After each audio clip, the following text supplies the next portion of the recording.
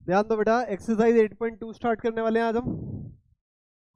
और एक्सरसाइज 8.2 का question number first NCERT का क्या कह रहा है बेटा? ध्यान दो बेटा, क्वेश्चन कह रहा है ABCD इज ए क्वाड्रिलेटरल। बेटा फिगर आपको दिख रही है, ABCD एक क्वाड्रिलेटरल दिया हुआ है। कह रहे in which PQRS are the mid point of side AB।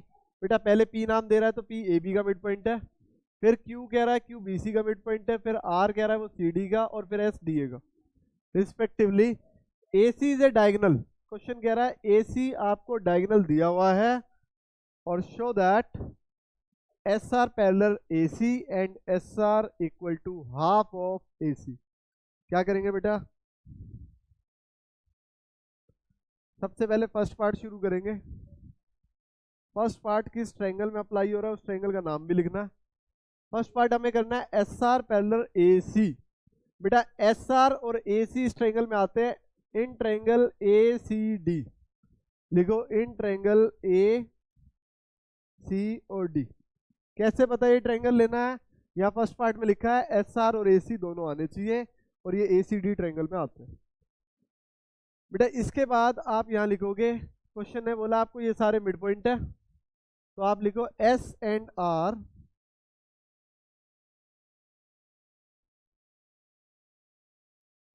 Are the mid point of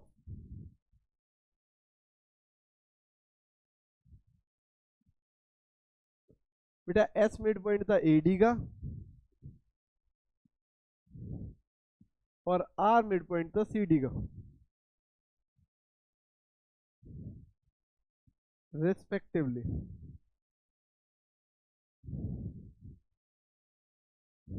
ये रिस्पेक्टिवली वर्ड कब लिखते हैं?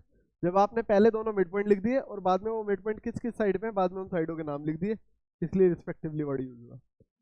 कि S मिड पॉइंट है किसका? AD का, और R मिड पॉइंट है किसका? CD का। चलो आगे बढ़ते हैं। बेटा अगर ये इसके मिड पॉइंट है तो इसका मतलब SR पैरेलल AC, यहाँ पे लिख लो SR पैरेलल हो गया AC। रीजन आप लिखोगे bye mid point theorem.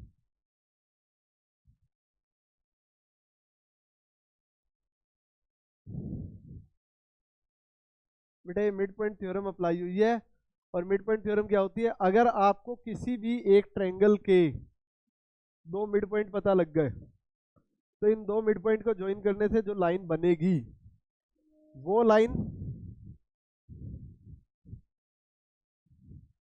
Parallel होगी नीचे वाली लाइन के। ये लाइन पैरेलल होगी इसके। अगर किसी भी ट्रायंगल के दो मिड पॉइंट पता है तो इन दो मिड पॉइंट को ज्वाइन करके जो लाइन बनेगी वो नीचे वाली लाइन के पैरेलल होगी। ठीक है, और साथ साथ यही मिड पॉइंट से बनने वाली लाइन हाफ भी होगी नीचे वाली लाइन के। तो ये भी लिखोगे बाय मिड पॉइंट थ्योरम। तो लिखो यहाँ पे SR हाफ भी हो गया AC के बाय मिड पॉइंट थ्योरम। लिखो बेटा SR equal to half of AC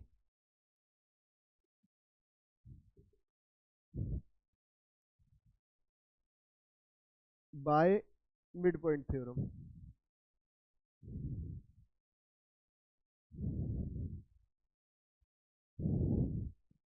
ठीक है, आगे बढ़ते हैं बेटा।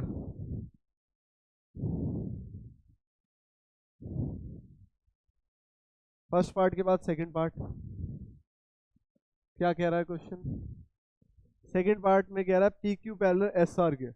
बहुत सिंपल है बेटा, PQ और SR पैरेलल है वो बाद में।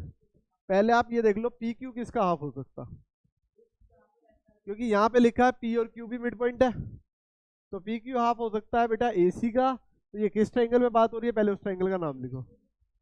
इन ट्रायंगल ABC या ACB दोनों करेक्ट है बेटा। यहाँ पे लिखो P and Q are mid point,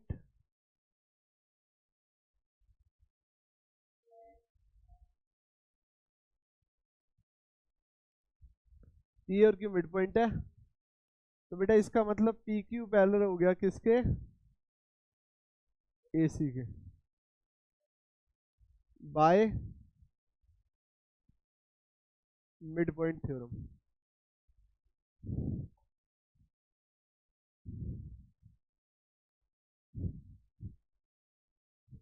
आगे बेटा, इसी के साथ पी क्यू हाफ भी हो गया किसके, एसी के बाय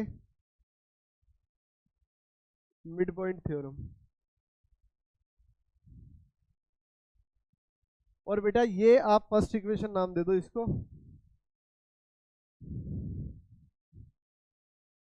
और इसको नाम दे दो second equation. From equation first and second, बेटा अगर ध्यान दे तो हाफ एसी के इक्वल क्या था, एस आर, और हाफ एसी के इक्वल क्या है, तो इसका मतलब एस आर किसके इक्वल हो गया अब, पी क्यू के। क्या यही प्रूव करना था, हो गया बेटा। थर्ड पार्ट कह रहा है कि P Q R S is a parallelogram, तो बेटा ये भी इसके साथ ही हो गया। कैसे, आपने बोला था, यहाँ पे ध्यान दो, एस आर पैरेलल है किसके, एसी के, तो ये लिख लो। आपने बोला था एस आर पैरेलल है एसी के, फिर आपने बोला एसी पैरेलल किसके है, तो बेटा एसी पैरेलल है पी क्यू के। एस आर एसी के पैरेलल है और एसी पी क्यू के पैरेलल है, तो एस आर पैरेलल हो गया पी क्यू के। तो बेटा फिर आप ध्यान दो, यहाँ पे आप लिखोगे P Q R S is a parallelogram.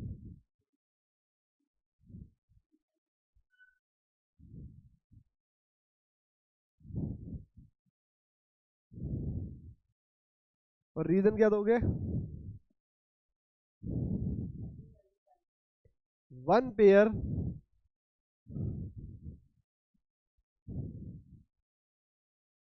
of opposite side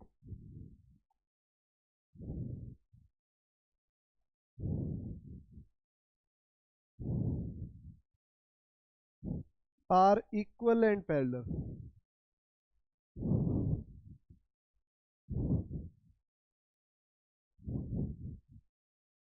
बेटा अगर किसी भी पैरेललोग्राम का एक पेयर आप इक्वल और पैरेलल कर लेते हो, तो इसका मतलब ये P Q R S parallelogram हो जाता है। इक्वल आप पहले कर चुके हो, सेकंड पार्ट में देखो एस आर और पी क्यू आपने बोला इक्वल, और यहाँ पे आपने बोला एस आर और पी क्यू पैरेलल है। तो अगर एक साइड एस आर और पी क्यू आपने इक्वल भी कर ली और पैरेलल भी कर ली, तो पी क्यू आर एस एक पैरेललोग्राम हो जाएगा इसी रीजन से। नोट करो।